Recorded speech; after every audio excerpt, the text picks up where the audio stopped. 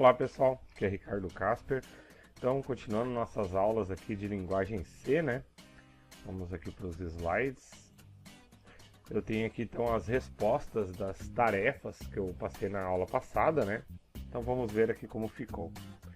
Então aqui, uma escola, a média final é dada pela média aritmética de 3 notas, e a mesma tem o seguinte esquema de avaliação. Então, deixa eu aproximar um pouquinho a câmera aqui. Então, de 0 a 4.9, o aluno está em recuperação. De 5 a 6.9, o aluno está na prova final. De 7 até 10, o aluno passou pela própria média, né? Então, desenvolva um algoritmo, um fluxograma, que a partir da entrada das 3 notas mostre a situação do aluno. No caso do aluno em recuperação e prova final, mostre também quanto o aluno irá precisar para passar. No caso da recuperação, a nota necessária para passar é dada por 10, que é a máxima nota que ele pode tirar, menos a média que ele tirou, mais 2. E a prova final é dada por 10 menos a média. Então aqui, se ele cai na recuperação, né, tem aqui uma dificuldade um pouquinho maior, que eu acrescento 2 ali. Então, como ficou aqui o nosso fluxograma? Deixa eu subir ele aqui um pouquinho.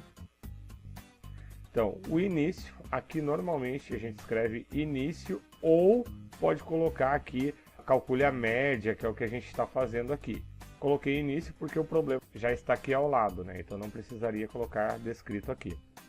Então, como inicia, ó, mostrei para o usuário aqui, digite uma nota, ou a nota 1, né? Leia a nota 1. Esse símbolo aqui é para receber os dados, esse aqui é para mostrar. Então, digite a nota 2, está mostrando para ele, leia a nota 2. Digite nota 3, leia a nota 3. Então, recebendo as 3 notas, agora eu tenho que ter a média. Aqui o retângulo, ele vai fazer o cálculo para mim e vai atribuir para a média. Então, a média é igual à primeira nota, segunda nota, terceira nota, somo elas primeiro e divido por 3. Agora eu vou cair aqui nas decisões. A média é menor ou igual a 4,9, se sim vem para a direita, se não vem para cima. Se a média é menor ou igual a 4,9, sim, é menor, então ele está em recuperação. Agora a nota necessária, aqui é uma variável, né? A nota necessária dele é 10 menos a média mais 2. E agora você tem que mostrar para ele, você precisa tirar a nota necessária. No caso aqui, essa palavra aqui, essa variável, não vai aparecer. O que vai aparecer é o valor que foi calculado aqui. Então vai ter a substituição disso aqui pelo valor calculado aqui. Então, feito isso, finaliza o programa, porque ele caiu nessa linha aqui e ele finalizou aqui. Então, casualmente a nota dele fosse maior do que 4,9, ele viria para cima.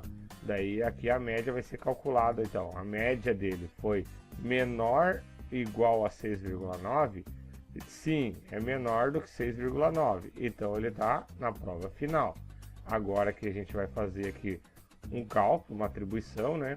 Que a nota necessária dele vai ser 10 menos a média.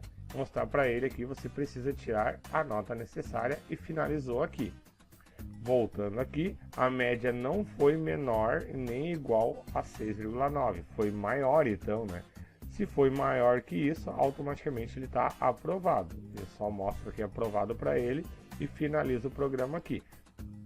O que a gente tem que prestar muita atenção é o seguinte: as figuras que eu estou usando aqui, todas elas têm apenas um caminho para seguir, exceto a decisão. A decisão ela tem o sim e o não. Se essa decisão aqui dentro for testada, caiu como falsa, vai para o não. Se cair como verdadeira, vai para o sim. Então o único que eu posso ter 2 fluxos é a decisão. O restante ele tem apenas um fluxo. Notem também que quando ele segue este fluxo aqui, os demais fluxos são totalmente ignorados. Então a nota necessária aqui, podem ver que o nome da variável é a mesma de cima. Porém, como ele seguiu o fluxo de baixo, ele ignorou o de cima. Então esse cálculo aqui nunca vai aparecer. Isso então ocorre de acordo com a média que foi calculada a partir das notas que ele recebeu aqui. Ok? Então esse aqui foi o nosso primeiro exemplo aqui, a primeira tarefa que foi dada. Então agora, indo para a segunda tarefa, em uma loja de CDs existem apenas 4 tipos de preços que estão associados a cores. Assim, os CDs que ficam na loja não são marcados com preços, e sim com cores. Então desenvolver um algoritmo, um fluxograma, que a partir da entrada da cor pelo software, mostre o preço. A loja está atualmente com a seguinte tabela de preço. O verde é R$10, o azul é 20, o amarelo é 30 e o vermelho é 40.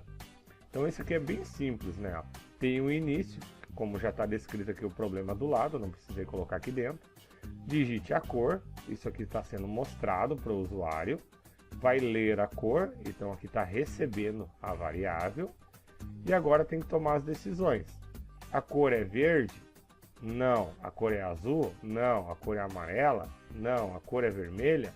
Não. Se não é nenhuma dessas 4 cores, que é as únicas que tem aqui, né? Vamos pensar que o usuário digitou roxo, rosa, vai cair como um erro, né? Vai mostrar para o usuário erro, não existe. Fim. Aqui finalizou o programa. No caso, ele teria que rodar o programa de novo e digitar novamente a cor. Poderia aqui colocar para mostrar um erro e mirar essa seta aqui para o início novamente. Daí ele ficaria num loop infinito, né? Até ele digitar uma cor que realmente existe.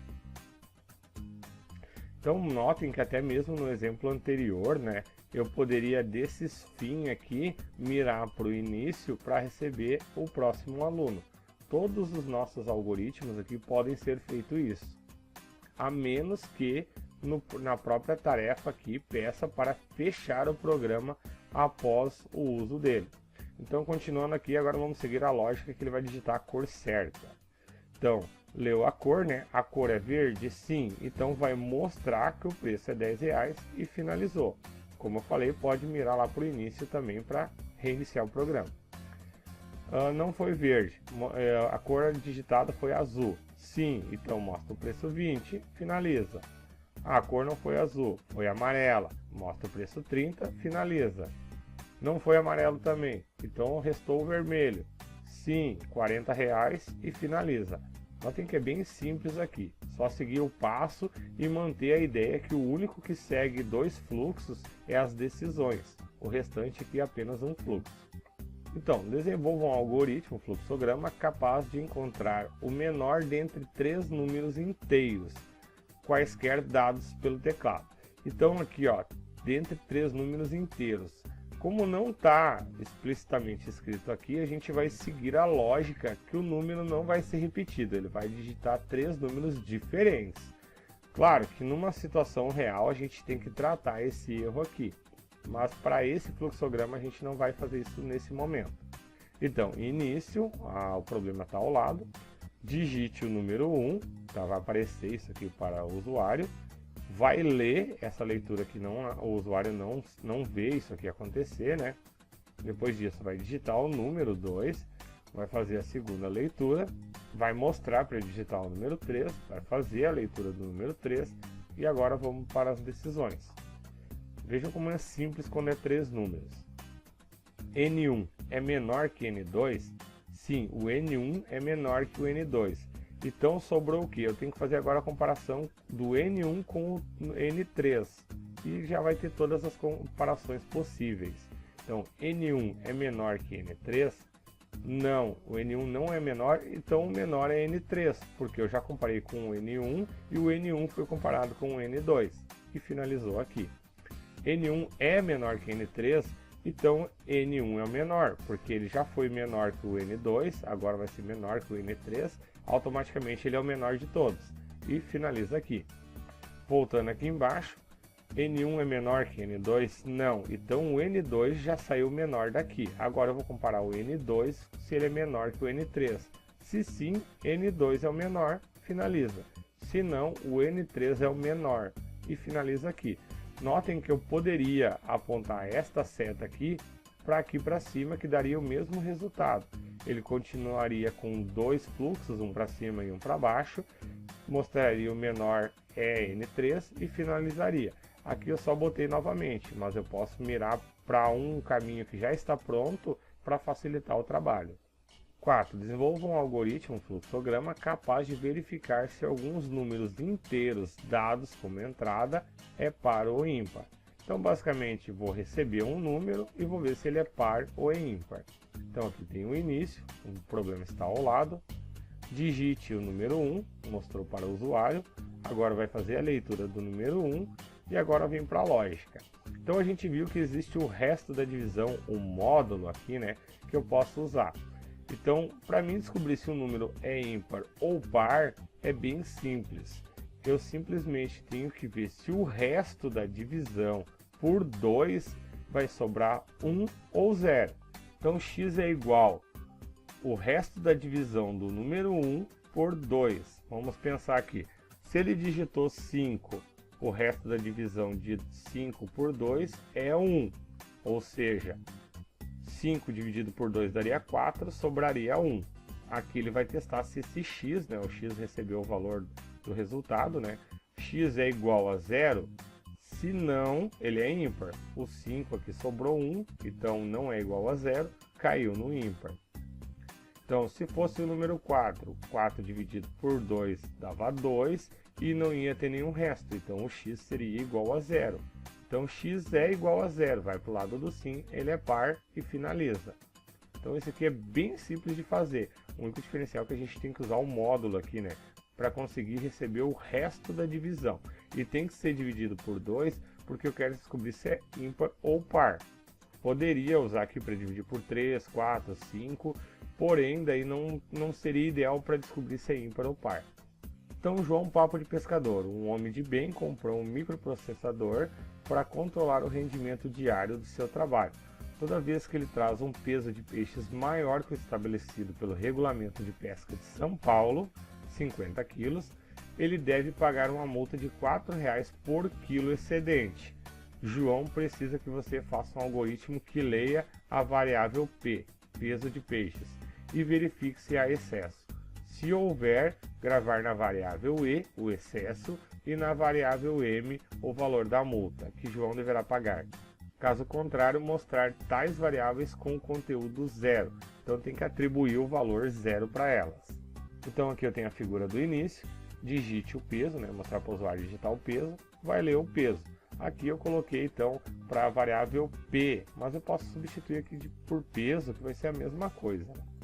Então, o peso é maior que 50? Não, não é maior que 50.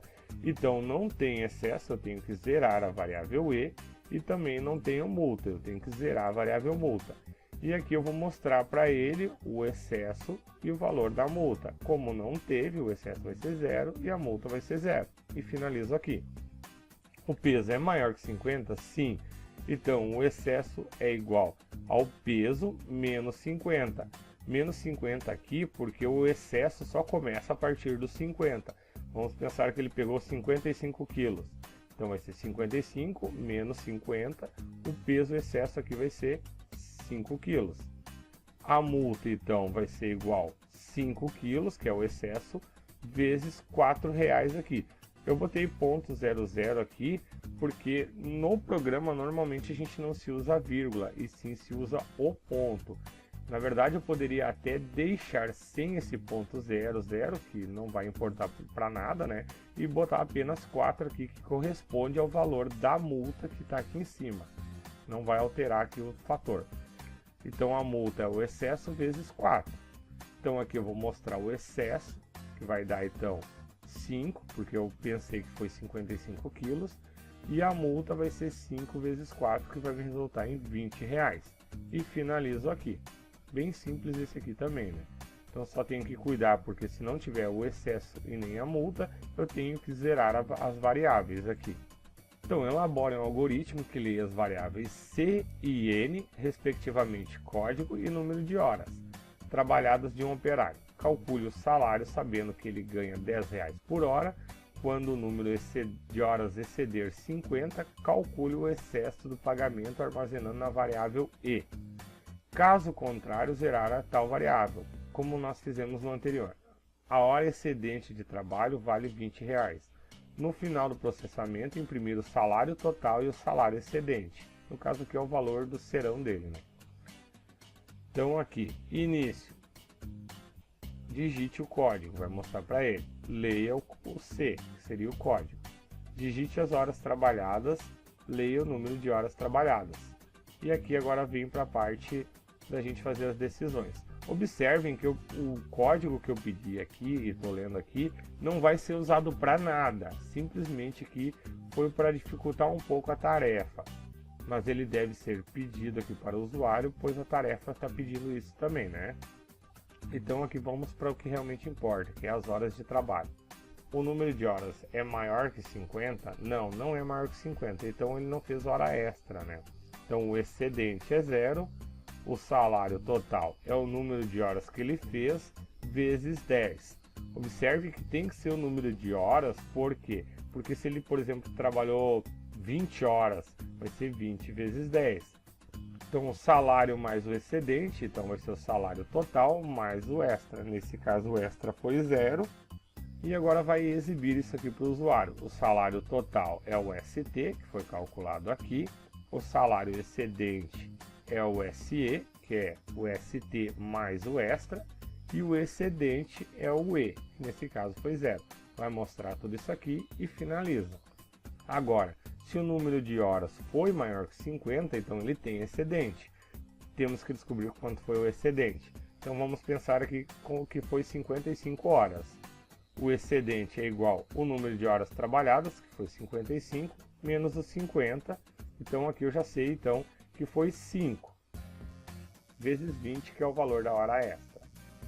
Então aqui o excedente foi 5 vezes 20, ficou então R$100.